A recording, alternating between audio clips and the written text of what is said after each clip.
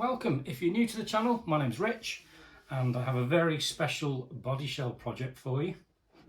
It's the Peugeot 205 T16 or Turbo 16 iconic rally car. Back in the day I used to follow this around the Lombard Rally during the mid 80s, I'd say, up until Group B was banned.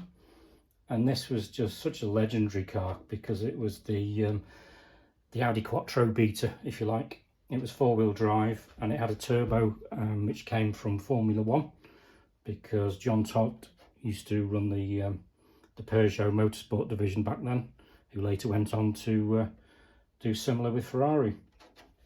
Now, as this channel is very much about motorsport legends, I am really excited about this one.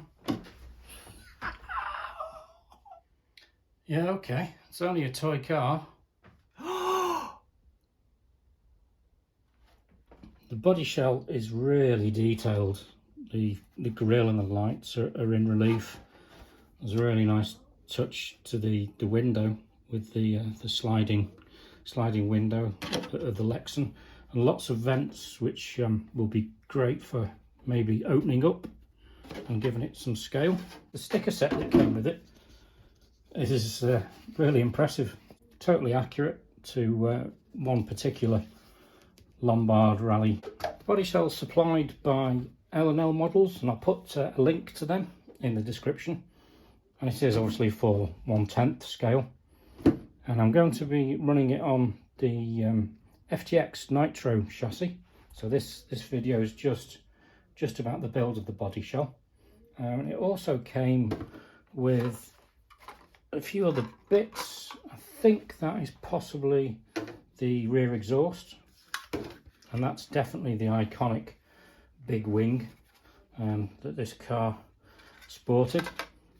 And we've got some masking for the windows and also some light buckets. Not sure if I'm going to put lights in this one, probably will. And I've also gone to the extravagance of a Tamiya cockpit build, rally cockpit. So included in the video, I'll show you how I detail these, because you've probably seen in some of my other videos that I like to really go to town and do a lot of detail on these. I just think they really add to the build when you've got the full liveried rally crew in there. So let's get started. So I've put the running wheels on it and taken the front bumper off and the rear exhaust, just to offer up the body shell, and it does look like a really good fit in terms of the wheelbase and the width. So let's get it cut out and then we can align it to the body posts.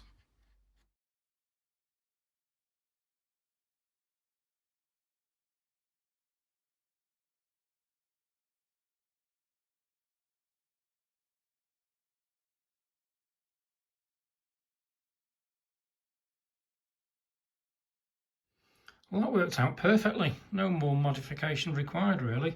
And I've got new body posts because I like to keep a set of body posts with each shell, which makes them easier to change. So the next bit really is to put the body posts on and get it all lined up.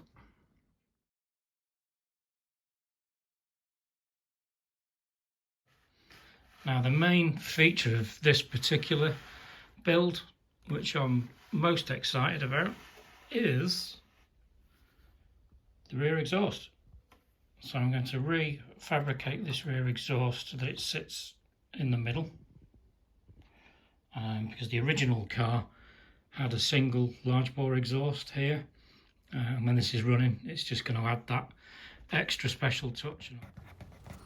So when I've fitted the window masks, I tend to look from the outside and with my fingernail just make sure that you get every last air bubble out, so that there's a good seal, and it just makes sure that you don't get any bleed, and it works time and time again. So take the time to do that, it's worth it.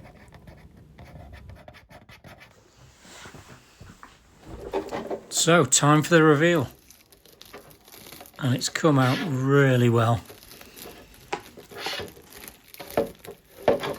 All the window masks have worked out really crisp with no bleeds, so really happy with that.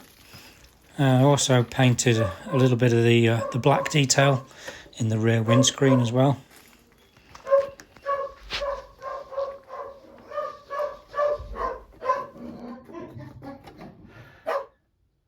And there we are, all the decals on.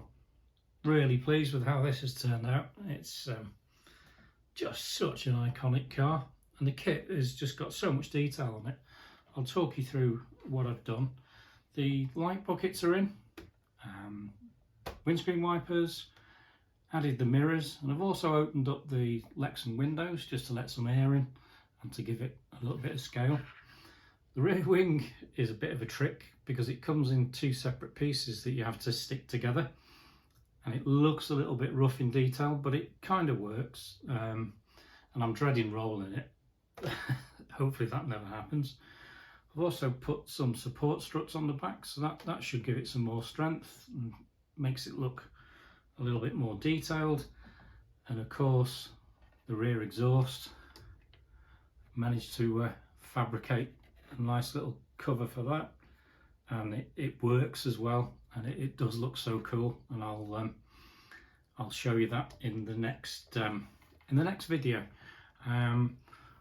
I was going to have a slightly longer video, but I've cut it short because I want to talk through the Tamiya cockpit and how I detail these. So I'll do that as a separate video, and then it will act as a good point of reference for that. So that's coming up.